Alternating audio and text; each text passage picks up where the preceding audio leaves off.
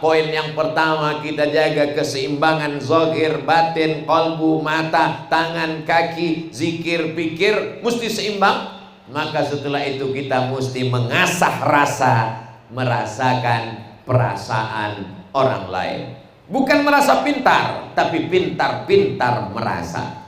Karena kalau sudah kita hanya merasa pintar, kita yang paling hebat, kita paling mulia, kita paling tinggi, kita paling terkenal, sesungguhnya kita sudah masuk dalam pintu takbur. La yadkhulul jannah, tak masuk surga. Man kana fi qalbihi, siapa yang dalam hatinya mithqala habbatin min khardalin min kibrin, ada sombong walaupun sebesar biji sawi, ada sombong, tak mencium bau surga. Doakan supaya Ustaz Abdul Somad hatinya bersih, tak ada sombong walaupun sebesar biji sawi. Kemarin waktu mau masuk ke pesawat, lewat di pintu detektor logam. Begitu lewat, detektornya bunyi, tem. Rupanya jam tangan belum dilepas. Padahal jamaah sudah ngasih jam dari kayu. Ustaz Somad, ini ada jam dari kayu. Untuk apa Pak? Supaya nanti kalau lewat di detektor logam nggak bunyi. Tapi karena jamnya besar, tetap pakai jam logam. Begitu mau lewat lagi, bunyi lagi. Kenapa? Ada kunci rupanya belum dicopot. Begitu lewat, bunyi lagi. Kenapa? Rupanya handphone lupa dilepas. Alhamdulillah Pak Bupati Tapin tidak memasang detektor sombong di pintu kantor. Bayangkan kalau Abdul Somad lewat tadi, pintunya bunyi, tem, ada sombong sebesar biji sawi. Allah Subhanahu wa ta'ala sengaja tutupi itu. Biarlah yang tahu itu antara Allah dan Abdul Somad. Hilangkan keangkuhanmu, hilangkan kesombonganmu. Walaupun yang diundang adalah kamu, walaupun yang ceramah adalah kamu, tapi yang mulia belum tentu kamu. Lihatlah gambar Pak Bupati, Wakil Bupati, kecil-kecil saja gambarnya, yang paling besar. Saudara yang dimuliakan Allah Subhanahu wa ta'ala, sampai di rumah kediaman Pak Bupati tadi pagi sarapan, saya pandang ke belakang, gambar saya besar sekali. Ini pakai baju sasirangan, nanti diganti lagi dengan gambar yang baru lagi. Masya Allah, tabarakallah. Begitulah saya dimuliakan, dihormati. Di tempat lain saya disambut dengan baleho, Abdul Somad jangan datang, Ustadz radikal. Tapi di Tapin dimuliakan. Di saat engkau dihina, dijatuhkan, menetes air matamu, hilang sombongmu. Tapi saat kau dimuliakan, disanjung, kau merasa tinggi, datang sombongmu. Jadi sebenarnya dibuat Allah Abdul Somad sedemikian rupa, Allah mau mempermainkan perasaannya. Ada rasa senang, ada rasa bahagia, ada rasa jatuh, terusir, terhina, supaya lebih dekat kepada Allah Subhanahu wa ta'ala. Begitu juga hidup ini. Jadi kalau ada masanya kita sakit, ada masanya kita susah, ada masanya kita jatuh, bukan Allah tidak sayang padamu, tapi hanya supaya sujudmu lebih lama. Yang selama ini kalau gajinya lancar, bisnisnya lancar, sujudnya seperti stempel kantor pos.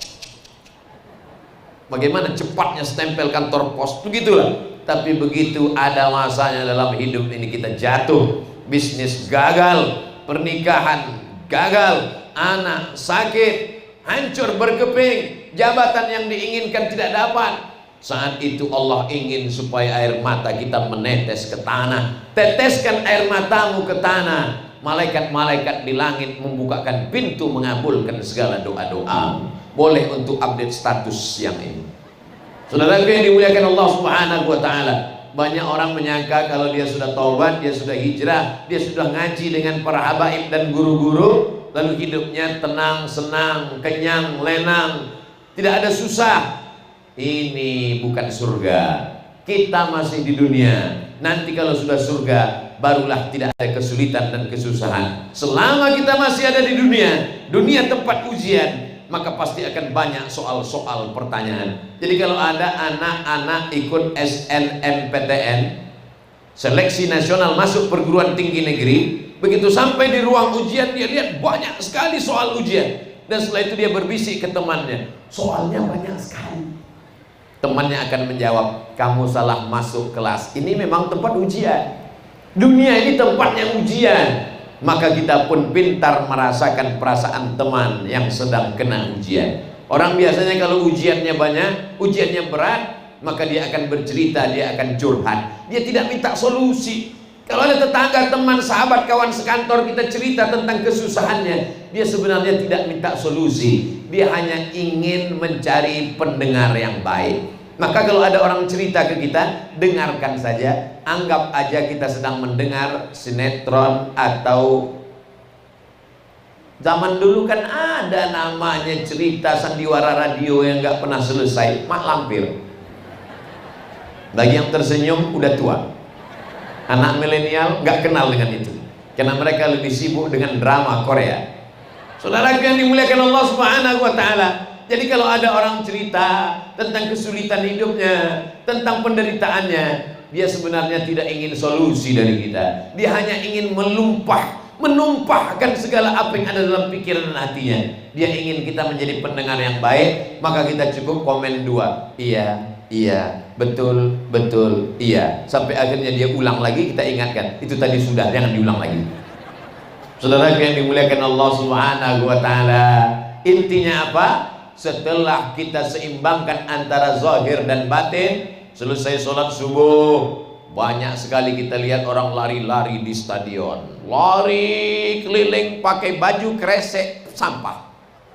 Pas ditanya, kenapa pakai baju kresek? Biar supaya cepat berkeringat. Supaya apa? Supaya kurus. Suatu hari saya didatangi oleh ibu-ibu. Ustadz Somad, saya prihatin ngelihat Ustadz. Apanya Bu? Badannya. Jadi saya mau belikan Ustadz ini. Apa ini? Ini adalah susu kedelai penambah berat badan. Saya bilang, niat ibu bagus. Ibu lihat di samping masjid orang lari-lari di tanah lapang. Iya. Apa yang mereka cari? Mereka mau kurus. Saya belum lari, sudah kurus. Mau kurus nggak apa-apa, mau gemuk tidak apa-apa. Yang penting sehat. Hidup ini sebetulnya simpel dan sederhana. Yang susah itu adalah memikirkan omongan orang. Kita kurus, dia bilang kurang gizi. Kita gemuk, dia bilang pertumbuhan itu ke atas, bukan ke samping. Bagi saya, jamaah mau gemuk, mau kurus, yang penting istiqomah, yang penting sehat. Wa in tuti aksara man fil ardi, karena kalau kau ikut omongan orang banyak di dunia ini, yudilluka an sabilillah, mereka akan menyesatkanmu dari jalan Allah. Apalagi saya, kalau saya pikirkanlah semua komen yang ada di YouTube, Instagram itu, sudah lama saya mati berdiri. Saudara yang dimuliakan Allah Subhanahu wa Ta'ala, pintar-pintar merasakan perasaan orang lain. Mengapa kita tidak makan dari pagi, siang, dan malam? Padahal makanan itu halal. Supaya kita merasakan rasa laparnya fakir miskin. Lapar kita masih ada batasnya. Begitu azan maghrib berkumandang, Allahu Akbar, Allahu Akbar, berakhir lapar kita. Tapi lapar mereka, kemarin lapar, hari ini lapar, nanti malam lapar, besok lapar, tak tahu laparnya akan berakhir kapan. Kalau sudah kita rasakan perasaan orang lain, maka ringan kita berbagi kepada orang lain. Ara'aital ladzi yukadzibu biddin? Tahukah kamu siapa itu pendusta agama? Pendusta agama bukan orang yang tidak sholat. Pendusta agama bukan orang yang ngejek ustaz. Pendusta agama adalah fadzalikal ladzi yad'ul yatim, membiarkan anak yatim, wala yahuddu ala ta'amil miskin, tak peduli kepada orang miskin. Maka guru pun datang menyampaikan tausiah, sisakan uang belanja. Kalau selama ini beras yang kita masak, ambil segenggam, masukkan ke resek, segenggam pagi, segenggam siang, segenggam malam. Satu hari 3 genggam, 1 bulan 90 genggam. Maka kita sudah berbagi kepada fakir miskin. Serahkan ke anak yatim, usap kepalanya. Sebanyak rambut anak yatim, sebanyak itu pula lah pahala yang kita peroleh. Akhirnya ibu-ibu pun mengusap kepala anak yatim, yang gondrong saja, yang gundul tidak. Kita memahaminya tidak tekstual. Makna mengusap kepala anak yatim, bahwa anak yatim kehilangan kasih sayang ayahnya. Ayahnya yang selama ini membesarkannya, mendidiknya, meninggal dunia. Maka datang kita mengusap kepala anak yatim. Pulang dari kerja si bapak membawa baju 2 pasang. Istrinya heran, anak kita kan 1 semata wayang, buah hati belayan jiwa. Kenapa dibelikan baju 2? Kan cukup 1 saja. Di belakang rumah ada anak yatim, sebaya dengan anak kita. Jadi tolong antarkan ke belakang. Yang beli bapak, yang antar ibu. Jangan bapak yang antar. Nanti kalau ngantar kebetulan sama anak yatim cantik, pecah perang dunia keempat. Saudaraku yang dimuliakan Allah Subhanahu wa taala, pintar-pintar merasakan perasaan orang lain. Kalau ada orang tidak punya anak, jangan cerita anak. Kalau ada orang belum punya istri, jangan cerita istri. Kalau ada orang yang susah, jangan cerita kesenangan, kebahagiaan. Tidak semua postingmu tentang kebahagiaan orang ikut bahagia bersama. Pandai-pandai merasakan. Oh, jadi kalau gitu untuk apa Instagram itu? Untuk apa itu Pak Ustadz FB kita? Kalau mau lihat Instagram, lihatlah Instagram Ustadz Abdul Somad Official yang followernya hampir 7 juta itu. Maksudnya yang belum follow lah. Ngapa itu Ustadz Somad? Ceramah, katanya Ustadz, kok main Instagram? Kok sampai followernya 7? Coba lihat dulu postingnya apa. Postingnya apa aja? Postingnya jadwal tabligh akbar, iklan gula merah, dodol, keripik, kerupuk. Apa maksudnya nih Pak Ustadz? Membangkitkan ekonomi umat, supaya umat ini mapan secara ekonomi. Maka dia tidak perlu lagi meminta-minta. Anta da'awarasataka aghnia, kau tinggalkan anakmu, keluargamu, ahli warismu dalam keadaan kaya, mampu secara ekonomi. Khairun, lebih baik, min anta da'ahum 'allatan, daripada kau tinggalkan mereka miskin, susah melarat. Yatakaffafuna 'alan nas, meminta-minta. Al-mu'minul qawi, seorang mukmin yang kuat, kuat badannya, kuat otaknya, kuat ilmunya, kuat hartanya, kuat finansialnya, kuat ekonominya. Khairun, lebih baik, min antada'ahum, daripada minal mu'minid dhaif, daripada mukmin yang lemah, lemah badan, lemah mental, lemah ilmu, lemah fisik, lemah otak, lemah jantung, lemah harta, lemah iman. Mati aja. Gimana mau mati Pak Ustadz? Belum sampai ajalnya. Kalau ngelihat ada keranda jenazah lewat, ikut. Saudara yang dimuliakan Allah Subhanahu wa taala, kita tidak mungkin mati sebelum kematian itu datang. Tapi jangan sampai kita mati duluan sebelum malaikat maut tiba. Apa maknanya? Jasadnya hidup tapi hatinya mati karena tidak disirami oleh kajian-kajian. Setiap anak yang lahir ini sudah muslim, walaupun bapaknya tidak Islam, ibunya tidak muslimah, anak yang lahir itu muslim. Siapa yang ngomong begitu? Nabi. Ma min mauludin illa yuladu alal fitrah. Setiap anak yang lahir dalam keadaan fitrah. Apa kata Abu Hurairah? Makna fitrah, fitratul Islam. Anak itu sudah Islam. Jadi anak yang ibu kandung selama 9 bulan 10 hari, ditapin alhamdulillah ngandung masih 9 bulan 10 hari kan?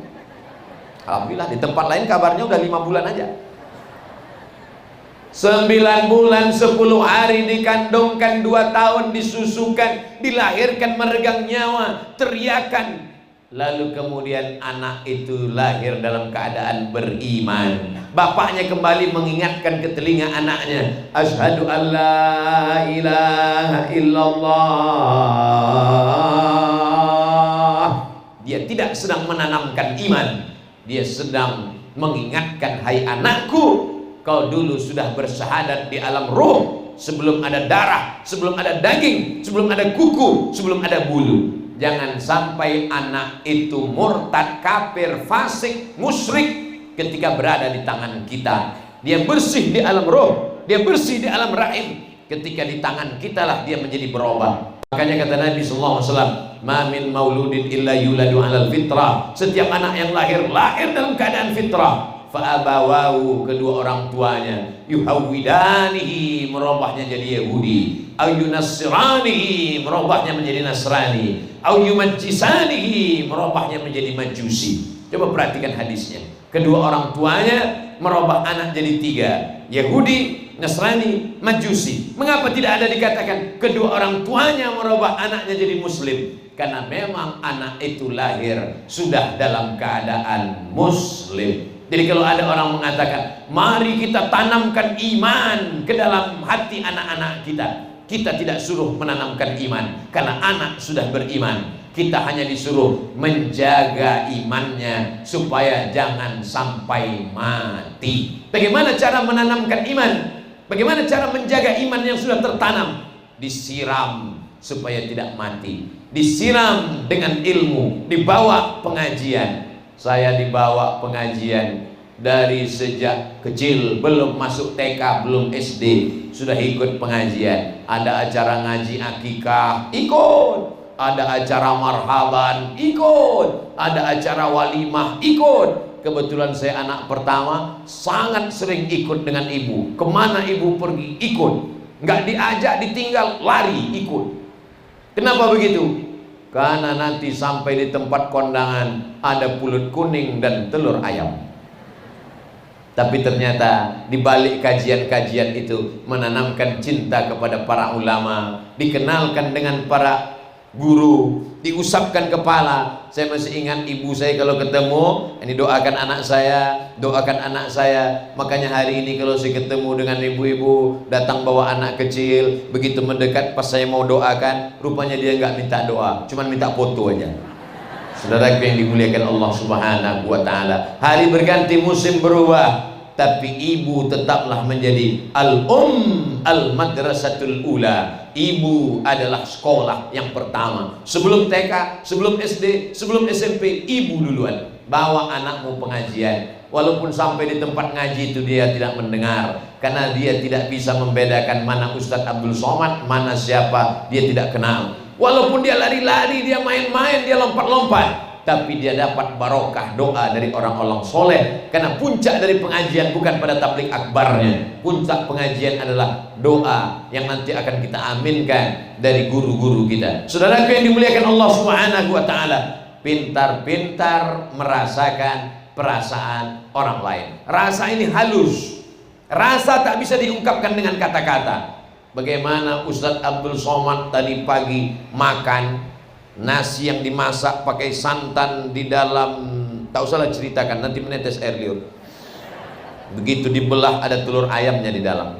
Gimana rasanya Pak Ustaz? Rasa itu tidak bisa diungkapkan dengan kata-kata, karena kata terlalu miskin untuk mewakili rasa. Andai ku ceritakan rasanya, rasaku belum tentu rasamu. Saudara yang dimuliakan Allah Subhanahu wa taala, rasa itu hanya bisa dirasakan dalam lubuk hati yang paling dalam.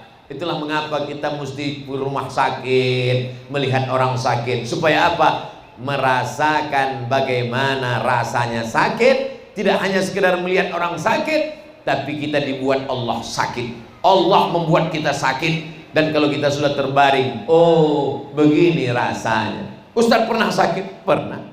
Perasaan Ustadz nggak pernah sakit. Kami lihat tablik akbar terus, karena yang diupload yang sehat aja. Pas sakit nggak diupload. Kenapa waktu Ustadz sakit nggak diupload? Takut diejek. Mati kok soman. Sakit kok kan? Saudara yang dimuliakan Allah Subhanahu wa taala, ada tokoh masyarakat kita, Bapak Sekda kita sedang diuji Allah dalam keadaan sakit. Kita doakan mudah-mudahan Allah memberikan beliau kesembuhan. Al-Fatihah. A'udzubillahi minasyaitonirrajim. Bismillahirrahmanirrahim. Alhamdulillahirabbil alamin arrahmanir rahim maliki yaumiddin. Iyyaka na'budu wa iyyaka nasta'in. Ihdinas siratal mustaqim. Shiratal ladzina an'amta 'alaihim ghairil maghdubi 'alaihim waladdallin. Amin. Kalau orang meninggal dunia dikirim Al-Fatihah, itu pahalanya nyampai. Karena setiap huruf itu dibalas 10. La aqulu alif lam mim harf. Alif lam mim tidak dihitung satu huruf. Alif satu huruf, lam satu huruf, mim satu huruf. Walikulli harfin asyru amsalihha. Satu huruf dibalas 10 kebaikan. Jadi setiap Al-Fatihah itu ada huruf-hurufnya dikirimkan Allah kalau sudah meninggal dunia. Tapi kalau orang hidup kita bacakan Al-Fatihah, itu doa tawassul, bertawassul kepada Allah dengan kemuliaan pahala membaca surah Al-Fatihah. Mana tahu nanti ada yang nanya, itu Ustaz Al-Fatihah kan untuk orang meninggal dunia, untuk anak dibacakan Al-Fatihah, untuk istri dibacakan Al-Fatihah, untuk guru dibacakan Al-Fatihah. Ternyata ketika ada orang sakit kita jenguk, itu luar biasa.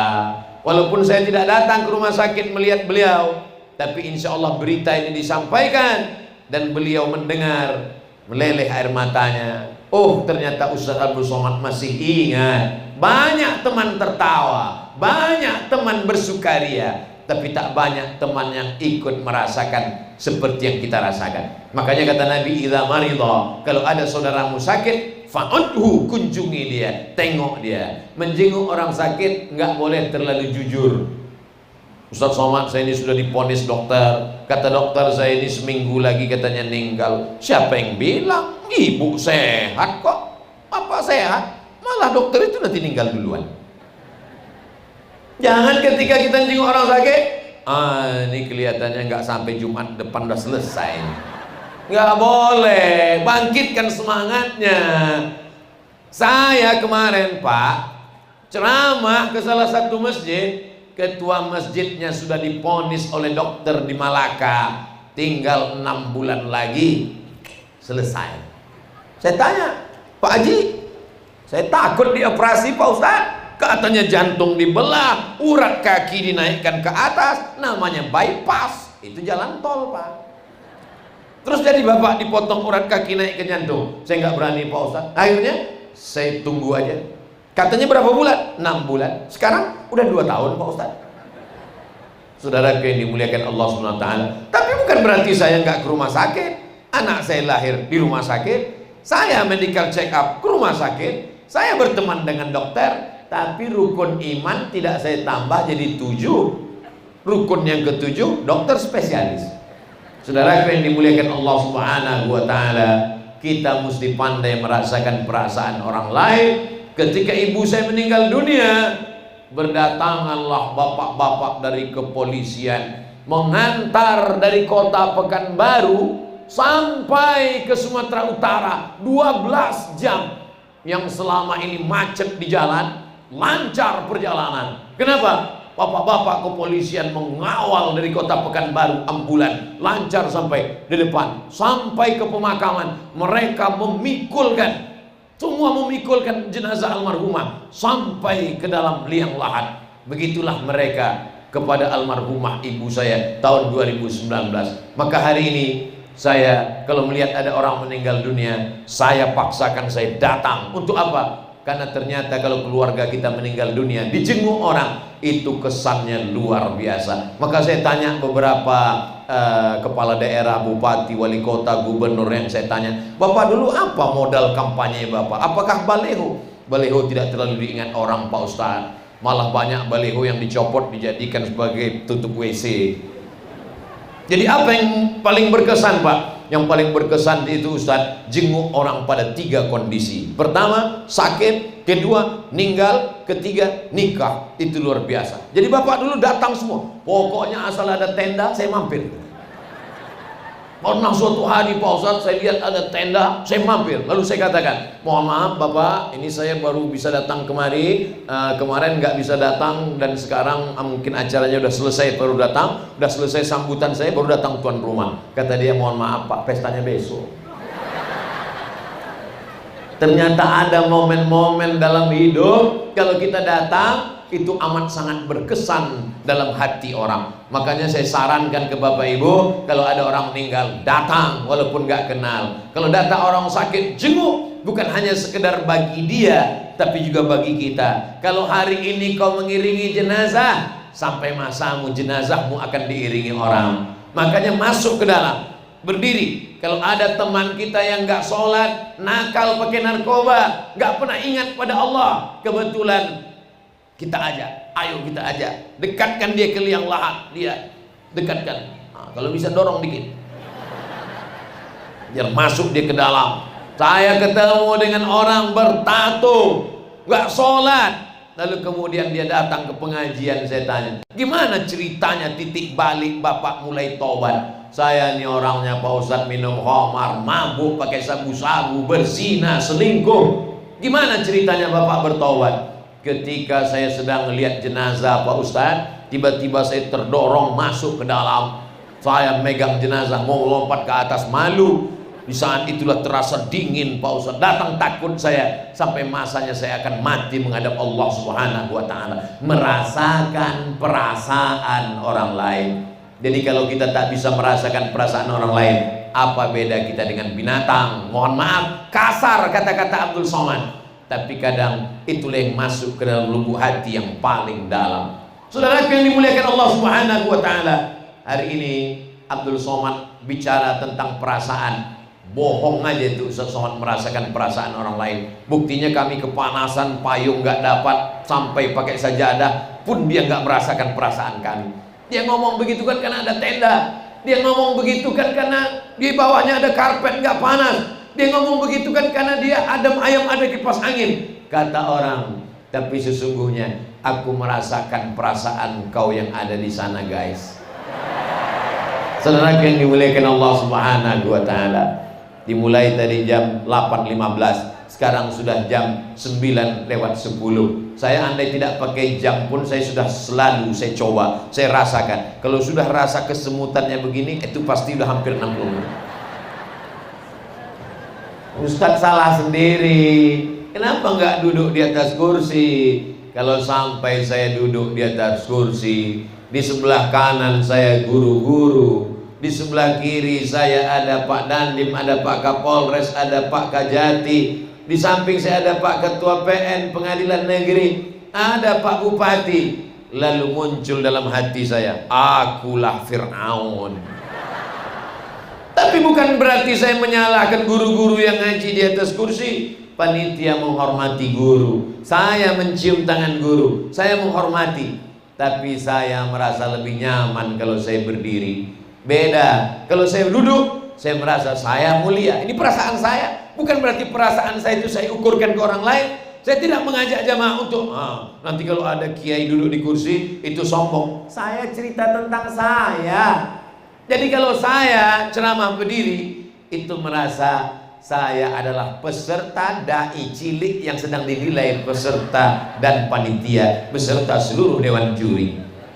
Dewan jurinya adalah para guru dan habaib. Hari ini sedang menilai Abdul Somad. Kira-kira ada yang menilai pakaiannya, oh sasirangannya mantap.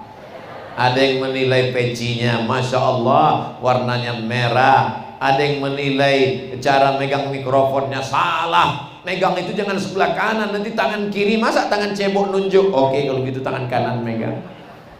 Masa dia megang tangan kanan, mungkin dia hanya nunjukkan cincinnya. Akhirnya kita bingung sendiri, paksa dua tangan pegang.